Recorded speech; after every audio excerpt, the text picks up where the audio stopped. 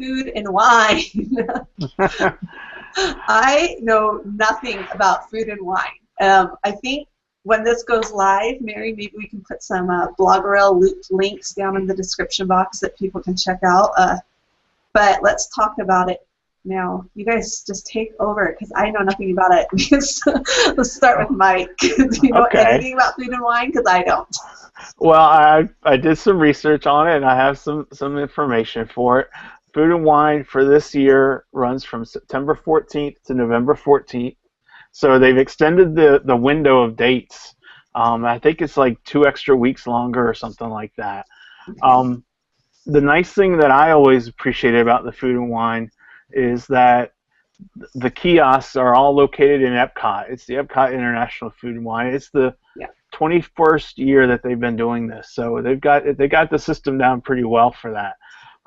But it's all included for the most part in your park admission. I think there are some special seminar things that you can do that might, I don't know if they have an admission fee on that, and maybe Mary and James can speak to that a little bit.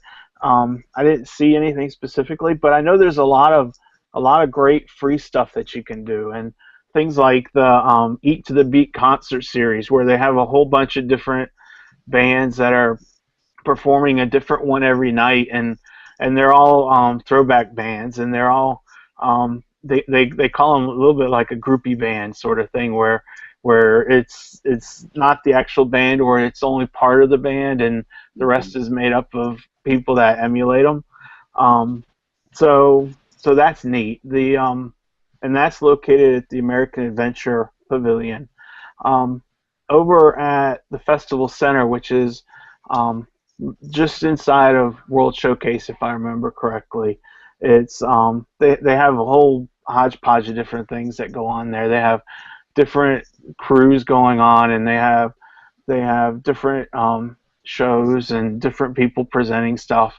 You can pick up a passport that you can take around and get stamps when you go to each of the kiosks. The biggest factor for me, because I kind of am a foodie, is that there's 30 different kiosks of different types of snack type foods that you can get. And some of them are related to the pavilions that you're there, but a lot of them are pavilions that don't exist at Epcot. So it's new opportunities to try different food that you wouldn't necessarily be able to enjoy otherwise. They have all sorts of demonstrations and seminars and talks and stuff like that. For this year, my understanding is that ABC's The Chew program is going to be live from the festival.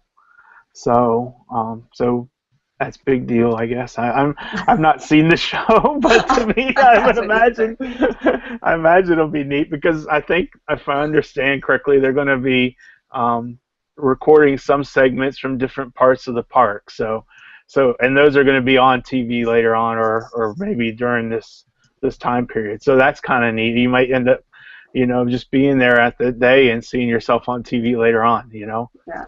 Awesome. One of the things that I think is kind of neat about it is it seems like they're introducing more things that are outside of Epcot. They have special, I think they're calling them special dining events. And one of the things that you can do is have brunch with a twist at the Grand Floridian Resort. And they have a different thing called the Secrets of Flavor. And over at Trader Sam's Grog Grotto, they have a behind-the-scenes sort of event. So they're kind of expanding a little bit beyond just the food and wine, just Epcot, just the park itself a little bit. And then I think James knows about the Wine and Dine event. So what's that all about, James? The Wine and Dine is the Run Disney race event that happens over the fall. It's the dates, I believe, are November 3rd through the 6th this year. And unfortunately, if you're just hearing about it now, all the races are sold out. But there may be an opportunity through one of their charity groups to get involved, or if you can look into that. But if you go straight through the Run Disney site, all the events are sold out. They have a jingle, like Christmas themed jingle. I think it's a Jingle 5K. The name might be different. But that's on the Friday. Then the Saturday is a new 10K that they added, and then the Sunday is a half marathon, followed by a after party in Epcot. And it's a little bit different this year from Wine and Dines of the past, when the Wine and Dine half marathon was at night, followed by the party, which would be late at night into the early morning. Now with the reconfiguration of the races, it's during the day, which is, it's like the other race weekends now, where they're all like first thing in the morning, but it's still a great event. All the Run Disney events are really cool if you've never done one. If you're going down that first weekend in November and you're not running, just be aware that there's going to be a lot of people running around and taking buses, a lot of closures for the streets in the area, so you got to just pay attention and rely on the Walt Disney World transportation to get you where you need to be, because driving around is going to be a little bit difficult with all that going on. But it's really fun. If you've never done a Run Disney race, it's a little pricey, but it's totally worth it, I think. I've done 4, and I'm not going to Wine and Dine, but I'm going back for Princess in February, so they're really cool. Awesome. I always say I'm going to do a Run Disney race, but I'd have to start running to do that. So Me too. So James, quick question. Since it's too late for people joining now, unless they do through a charity, what sort of time frame should they look at for planning it for next year? How far out do you think? Yeah, if you go to the Run Disney website, they have the list of all the different events that they have throughout the year, both Disney World and Disneyland. Okay. And generally they'll have a note there that says when registration is coming up. I would say it's probably about 6 months ahead of time that registration opens for each race. It might be a few weeks off from that, but it's about 6 months ahead of time that you need to be ready to register. If you're a DVC member or an annual pass holder, you can, maybe even a Disney Visa card holder, you can get a registration a week earlier than most people. They don't open up all the spots for that first week, but you get an extra jump, because each races will sell out. They usually open at noon Eastern time, and you go online and you have to register, and they'll be sold out within like a half hour sometimes. So depending on the race, so really popular ones with the challenges and can really sell out quick, and then some of the other ones will just might take a couple of days to maybe finally sell out, but they go very, very, very quick. All right, Thanks. Awesome.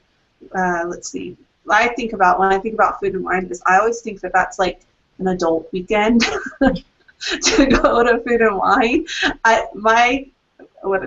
Do my kids really want to walk around Epcot and eat all these different foods? It's a really good date weekend, that's for sure. But kids will actually have fun with that. It is a little bit kid friendly. They have kid play areas that you can go to, so they can run off some steam while you're having a drink. Usually there's some seating for mom and dad, so you can actually really enjoy yourself while they're playing.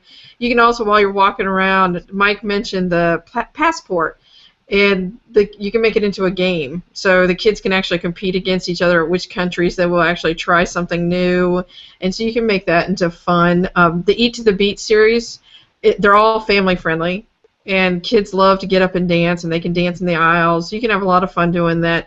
I will admit you do have to break it up and take them to other parks and take them on rides, but you can do an afternoon or an evening there, and it won't be a problem for the kids. The one thing they can't do are many of the sessions that were mentioned. They do block those out because they serve alcohol, so it's 21 and over. So don't sign them up for a one of the sessions, the wine tastings. They won't be able to sit in there. We did take John. We got a loophole on that when he was 6 months old in a carrier, and they let us sit him behind it, but he couldn't sit at the table, so he actually had to sit behind us, in a row behind us, so that, just in case the 6-month-old was drinking. But we did have that. The one thing I will mention, mostly if you have younger children, is I probably wouldn't recommend staying late, especially on weekend nights. Sure. It does get a little bit rowdy, so see the first concert and then make your way out of the park. But during the day and that early evening, no problems at all, and they'll actually have a lot of fun, mostly if you can try to get them to taste things and see their faces if they decide if they like it or not. The only other question that a lot of people are going to have about that is when is the best time to go? I guess that's kind of there's so many different things to think about when you're thinking of what's the best time to go. But I don't know. If I were planning my first trip to Wine and Dine, what would be the best time for me to go? I was going to say I've been once. So for me, it was purely we were fortunate enough to be able to go for the 40th anniversary of Magic Kingdom. So really we were the first day of the Food and Wine, I think, was September 30th that year, and we went there first before the 4th anniversary. So I almost would say that there's probably no wrong time to go, because of course it was Disney and it was the 40th anniversary, but the magic was cranked up to the nth degree. It was so cool that whole weekend. But there's my 2 cents. Yeah, and you're right. There really is no bad time to go to Disney. But True. Yeah, I'd probably imagine like the holiday weekends, Columbus Day, that kind of thing is in there. I don't think there's another one really in there. And then, like you said, you might want to avoid the weekends if you're not into the drunk scene. I guess. But yeah, the weekends will be packed. The weekends will be packed with the locals. And a little tip that we started doing is we like to go the last week of Food and Wine, and this is for the shopping people. All of the merchandise is typically 50% off that week, so there you go. We get a little bit of stuff to give away and give for Christmas gifts. Awesome. Nice. Yeah, so, that's a great tip, Mary. The only other thing with Food and Wine is the Swan and Dolphin Food and Wine Classic. And I had never even heard of this before we started planning this chat. So I think, Mike, you have some information on that? I sure do. All right. I had not heard much about it either. In fact, my wife knew more about it than I did, but I was able to get a lot of information from the websites and stuff like that. The Swan and Dolphin Food and Wine Classic is a lot shorter than the International Food and Wine from Epcot. In fact, it's one weekend. It's October 28th and 29th, and it's from 5:30 to 9 p.m. But in addition to that, they do have some different seminars that are offered, and those start around 4:30 p.m. So the 28th of October is a Friday, 29th Saturday, and in addition to that, on October 30th, they're introducing a new Sunday Bubbles Brunch, which is at Il Molino, New York Trattoria, and that's from 10 a.m. to 2 p.m. Now, the biggest difference I saw between the two events is that, in addition to the time difference as far as the length of it, the Swan and Dolphin event has some costs associated with it. So there's various costs depending on what you're looking at.